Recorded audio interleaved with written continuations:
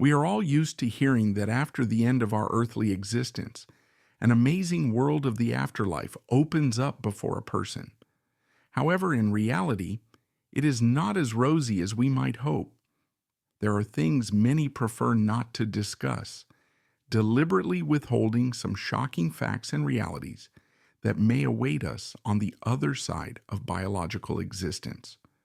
Watch this video until the end, and you will learn about the spine-chilling revelations shared by those who have ventured beyond our world, and why some people return to life screaming in terror.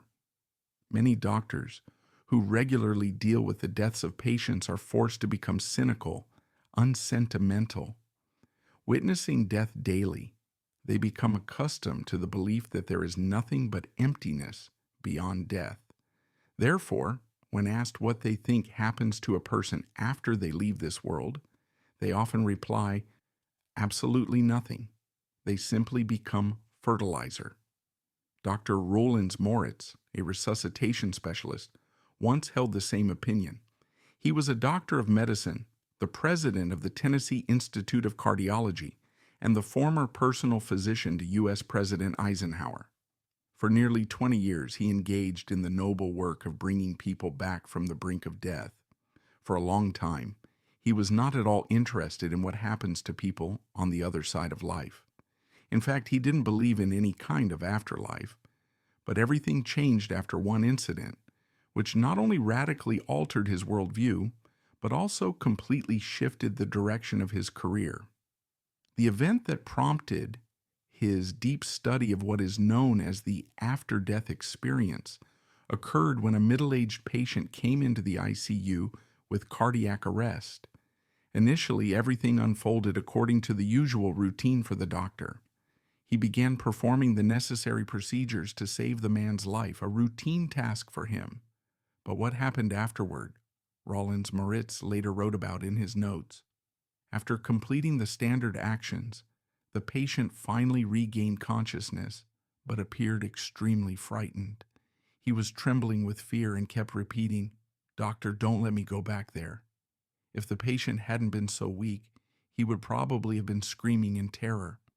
It was the first time I saw someone so scared after being on the other side of life. Typically, people are either confused, exhausted, or grateful for being saved. But I had never seen such panic in a revived patient. This reaction puzzled the cardiologist, and driven by curiosity, he asked the patient what had caused such an intense reaction. The patient explained that after dying, he found himself in a pit where it was dark and unbearably lonely. The man couldn't finish his story as he began to shake with fear again. He was sweating and once more begged the doctor not to let him return to that terrible place. Even so, the cardiologist, despite seeing all sorts of things in his career, initially didn't attach much importance to such an emotional response. He thought it was simply a strange reaction to stress. After all, the man had experienced clinical death, and perhaps that would have been the end of it. But a few days later, Roland Moritz visited the recently saved patient again as a routine checkup on his health. This time, he asked again about those terrifying visions. But to his surprise, the man sincerely responded that he didn't remember anything of the sort. "Sorry, doctor, but what are you talking about? I don't recall anything that would have scared me. On the contrary, I met a kind and beautiful young woman around 20 years old, very sweet and lovely.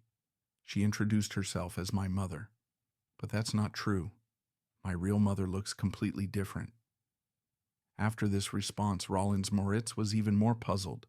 Not only had the resurrected patient denied his previous terrifying visions, but he also spoke of entirely new ones. The doctor understood that he wouldn't rest until he uncovered the truth. Without informing the patient, he contacted the man's father and recounted the son's visions, including the description of the woman he had encountered in the afterlife. The father's comments left the cardiologist stunned. It turned out that the patient's father had been married twice. Unfortunately, his first wife had passed away, and he had never told his son about her to spare him the emotional pain. He soon remarried, and the son had no idea that his biological mother was the first wife, the very woman who had met him on the other side, though he had never heard of her nor seen her photos. The cardiologist's patient had doubted the truth of the woman's words when she said she was his mother. But this case left an indelible mark on Rollins Moritz, making him seriously consider what really happens after death.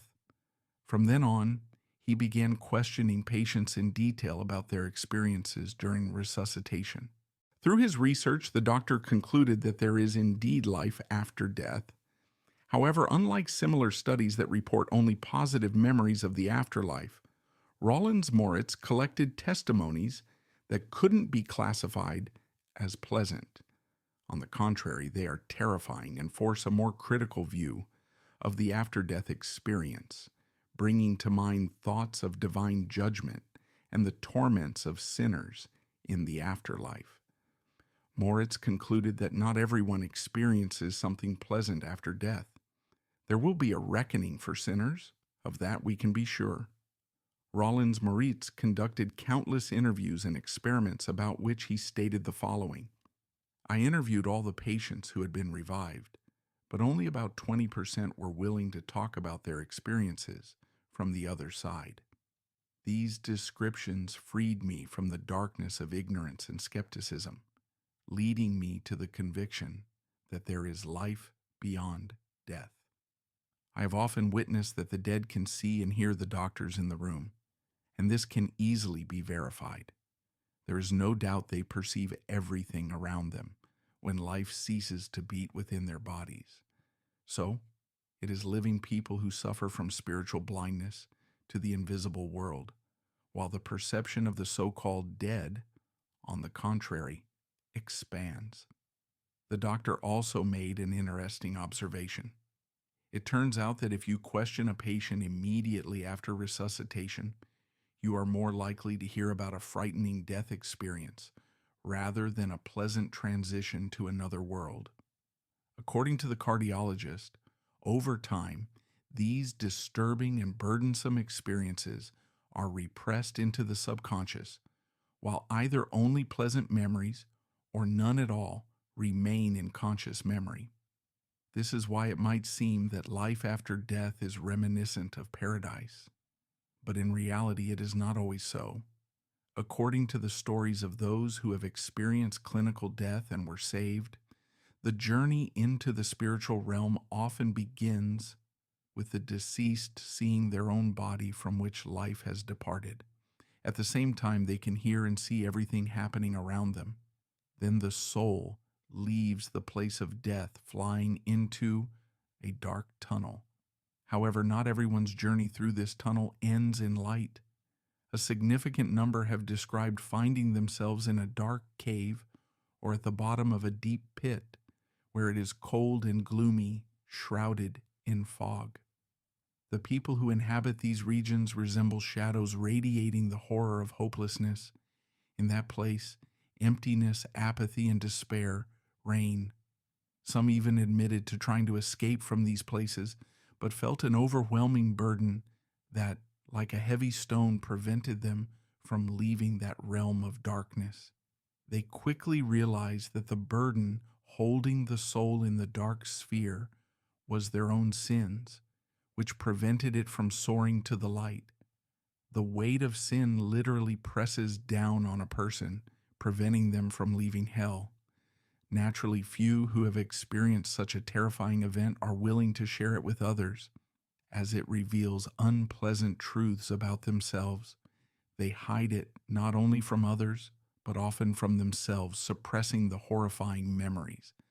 That's why it's so important to gather testimonies from patients immediately after being revived, before they have time to fully process what happened and build psychological defenses against it. Toward the end of his life, Rollins Moritz said, "Throughout human history, mystics have spoken of life after death. But only now, thanks to modern resuscitation techniques, are we truly beginning to uncover this great mystery. And perhaps existence after death is not just a mystery, but a hope for humanity. The unusual encounters my patients experienced had the most profound impact on them and changed their attitude toward life and what lies beyond. I have never met a patient who, after experiencing such an event, remained an atheist. As with any such case, each person is free to decide what they believe and what they don't. But if it's true, then some of us would do well to seriously reflect on our actions and correct those that could lead the soul into the dreadful realm of the afterlife before it's too late.